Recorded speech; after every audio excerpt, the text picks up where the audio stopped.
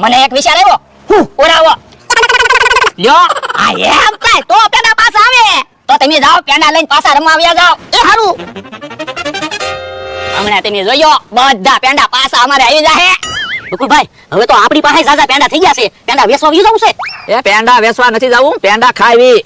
હે વડે તો પાછા પેંડા લઈને આવ્યા. હે પાછા રમવા આવ્યા કે હું? હા તો મૂકો પેંડા. એ લ્યો લ્યો હાલો મમરાભાઈ. મારું તો બંધ. આ તો મારો બંધ.